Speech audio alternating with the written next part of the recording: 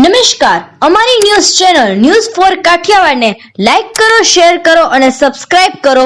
News for Kathiawad. નમસ્કાર. જૂનાગઢ જિલ્લામાં 29મી 31 ઓગસ્ટ દરમિયાન નેશનલ સ્પોર્ટ્સ ડે ની ઉજવણી કરાઈ હતી. આજ રોજ બીએપીએસ સ્વામિનારાયણ ગુરુકુળ વિદ્યાલય ખાતે જિલ્લા અને મનપા કક્ષાનું કાર્યક્રમ યોજાયું હતું. આ કાર્યક્રમમાં hockey penalty shootout, 1 minute skipping rope, 12 સૂર્ય નમસ્કારની સ્પર્ધા યોજાઈ. આગામી તા 30 ઓગસ્ટના 100 મીટર દોડ, ગોળા ફેંક, ફૂટબોલ, રસ્સા ખેંચ સ્પર્ધા અને 31 ઓગસ્ટના સન્ડે ઓન સાયકલ રેલી યોજાશે. જૂનાગઢ આજે હોકીના જાદુગર મેજર ધ્યાનચંદજીના જન્મદિવસ નિમિત્તે દર વર્ષે નેશનલ સ્પોર્ટ્સ ડે ની ઉજવણી કરવામાં આવે છે. જે અંતર્ગત જૂનાગઢ જિલ્લામાં આગામી 31 ઓગસ્ટ 2025 દરમિયાન નેશનલ સ્પોર્ટ્સ ડે 2025 ની ઉજવણીનું આયોજન કરાશે. ગુજરાત સરકારના રમતગમત, યુવા અને સાંસ્કૃતિક પ્રવૃત્તિઓ વિભાગના સ્પોર્ટ્સ ઓથોરિટી ઓફ ગુજરાત દ્વારા આયોજિત નેશનલ સ્પોર્ટ્સ ડે ઉજવણી અંતર્ગત જૂનાગઢ જિલ્લા અને મનપા કક્ષાના કાર્યક્રમમાં જૂનાગઢ જિલ્લા પંચાયત પ્રમુખ હરેશ ઠુમ્મર અને જૂનાગઢ મહાનગરપાલિકા મેયર ધર્મેશ પોશિયાના અધ્યક્ષ સ્થાને યોજાયો. કાર્યક્રમમાં અતિથિ વિશેષ તરીકે સાંસદ રાજેશ ચુડાસમા, ધારાસભ્ય સંજય કોરડિયા, ધારાસભ્ય દેવાભાઈ માલમ, ધારાસભ્ય ભગવાનજી કરખિયા તેમજ કલેક્ટર અનિલકુમાર રાણાવસિયા, મનપા commissioner Tejas Parmar, SP Subodh Odedara, DDO Junagadh standing કમિટીના ચેરમેન પલ્લવીબેન ઠાકર સહિતના ઉપસ્થિત રહ્યા હતા. રિપોર્ટર યજ્ઞેશ ભટ્ટ, જૂનાગઢ. સ્પોર્ટ્સ દિવસની ઉજવણીના ભાગરૂપે આજે બધા જ અધિકારી, પદાધિકારી ને યુનિવર્સિટીના કુલપતિ તરીકે હું પ્રતાપસિંહ ચૌહાણ, અમારી 246 કોલેજના વિદ્યાર્થીનું રજીસ્ટ્રેશન થાય. સાંસદ ખેલ મહાકુંભની અંદર પણ ખૂબ કામ મહોત્સવની અંદર થાય અને આજે બધા જ કલેક્ટરથી લઈ, ડીડીઓથી લઈ, એસપીથી લઈ, સાંસદથી લઈ, ધારાસભ્યથી લઈ અને સંગઠનના પણ બધા જ લોકો હાજર રહી અને આ બહુ મોટો ઉત્સવ ધ્યાનચંદ્રના માનની અંદર રહી અને આપણે બધાએ આ ઉજવ્યો. આજે ઘણી બધી રમતો 29, 30 અને 31માં થવાની છે. આનાથી સશક્ત ભારત થવાનું છે અને આ વિચાર એ આપણા પ્રધાનમંત્રી નરેન્દ્રભાઈ મોદી સાહેબનો છે અને સાથે સાથે ગુજરાતમાં ભૂપેન્દ્રભાઈ પટેલ અને આપણા હર્ષભાઈ સંઘવીએ દરેક કોલેજ, દરેક સ્કૂલની અંદર રમતગમત થાય, બાળક સશક્ત બને, રાષ્ટ્ર સશક્ત બને અને વિકસિત ભારતની જે વિભાવના છે એ જ સમયે પણ આપણો ભારતનો યુવાન સશક્ત યુવાન બને એની માટેની ખેવના આજના દિવસે બધાએ રાખી. બધા હાજર રહ્યા. બહુ જ આનંદની વાત છે કે આ જાગૃતિ છે એ ભારતને ખૂબ આગળ લઈ જાય. આજે ઘણી બધી આજે હોકીનો પેનલ્ટી કોર્નર વાળી પણ રમતની શરૂઆત થઈ છે. કાલે ઘણી બધી જે રમતો છે, કબડ્ડી છે, ખોખો છે, આવી જે એથ્લેટિક ઇવેન્ટ રમાવાની છે અને છેલ્લે દિવસે એ સાયકલિંગની રમત રમાવાની છે. મને લાગે કે એમાં બધા લોકો ખૂબ જોઈન્ટ થવાના છે એવું મને લાગી રહ્યું છે.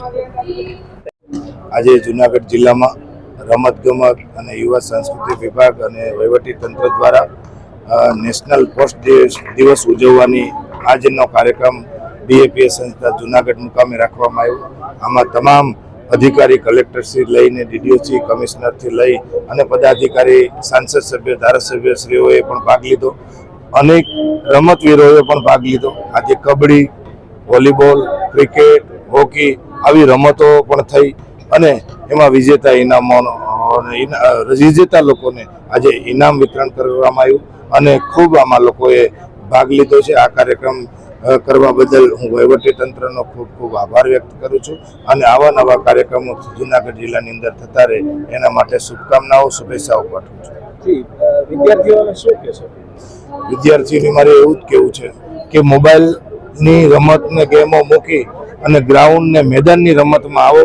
હવે મોબાઈલની ગેમોથી દૂર રહી અને આ પ્રકારની તમારું શરીર મજબૂત બને, તમારું શારીરિક સારું રહે એના માટે આ પ્રકારની રમતો રમવી જોઈએ.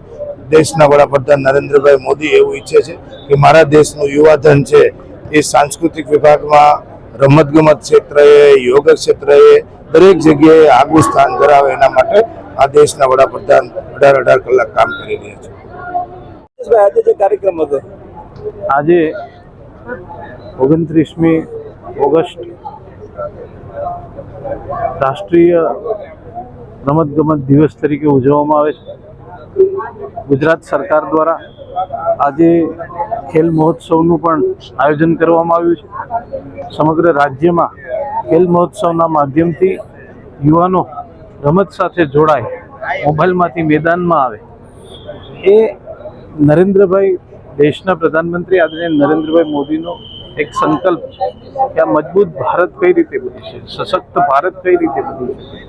એના આધારે આપણે સૌએ જોયું કે જ્યારે મુખ્યમંત્રી હતા ત્યારે ખેલ મહાકુંભની શરૂઆત કરી, એમ ગ્રામ્ય વિસ્તારેથી આવી શક્તિઓ બહાર નીકળે અને દેશનું નામ રોશન કરે, એટલા માટે થઈને આજે ખેલ મહોત્સવનું આયોજન કરવામાં આવ્યું હતું.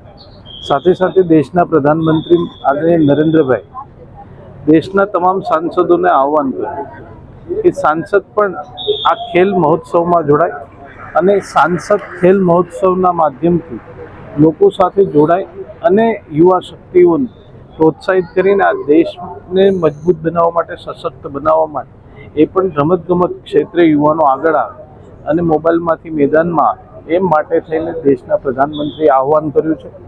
આજે 29મી ઓગસ્ટના દિવસથી આજે એક પોર્ટલના માધ્યમથી રજિસ્ટ્રેશનની શરૂઆત થઈ છે અને સાંસદ ખેલ મહોત્સવ આવનારા સમયમાં 21 સપ્ટેમ્બરથી 20 ડિસેમ્બર સુધીમાં જે ખેલોમાં, જે વિસ્તારમાં, લોકસભા મત વિસ્તારમાં જે ખેલોમાં વધારે રજિસ્ટ્રેશનો થયા છે એ પ્રકારના રમત આવનારા સમયમાં સાંસદ ખેલ મહોત્સવના માધ્યમથી આયોજન થશે. ત્યારે મારી તમામ યુવાનોને, વડીલોને, બધાને, જુનાગઢ અને ગીર સોમનાથના તમામ મતદારોને મારી વિનંતી છે કે આપણે સૌ આ ખેલ મહોત્સવમાં, સાંસદ ખેલ મહોત્સવમાં આપણે રજિસ્ટ્રેશન કરાવીએ અને આ દેશના પ્રધાનમંત્રી આજે નરેન્દ્રભાઈ મોદીનો એક સંકલ્પ છે કે આપણા દેશના યુવાનો સશક્ત ભારત બને, એટલા માટે યુવા શક્તિ આગળ આવે, એવી મારી વિનંતી. યુવાનો અને વિદ્યાર્થીઓને શું કહેશો? ખાસ કરીને જ્યારે અત્યારે ટેકનોલોજીના યુગમાં મેં કીધું એમ કે દરેક લોકો અત્યારે મોબાઈલમાં જ પડ્યા છે અને આપણે જોઈએ કે કુપોષિત બાળકો હોય, અત્યારના જે આ ભારત દેશનો યુવાન એક ખડતલ યુવાનો છે, ખમતીધર યુવાનો છે, પણ અત્યારે મોબાઈલના કારણે યુવાનોની ડોક બધી નમેલી જ હોય, ગરદન નીચે નમેલી. પણ દેશના પ્રધાનમંત્રી આજે નરેન્દ્રભાઈ કહે છે ત્યારે મારી યુવાનોને ખાસ વિનંતી છે કે આપણે મોબાઈલમાંથી નીકળી અને મેદાનમાં આવી અને આપણે આપણા શરીરને, આપણા દેશને સશક્ત બનાવીએ, એવી જ મારી વિનંતી.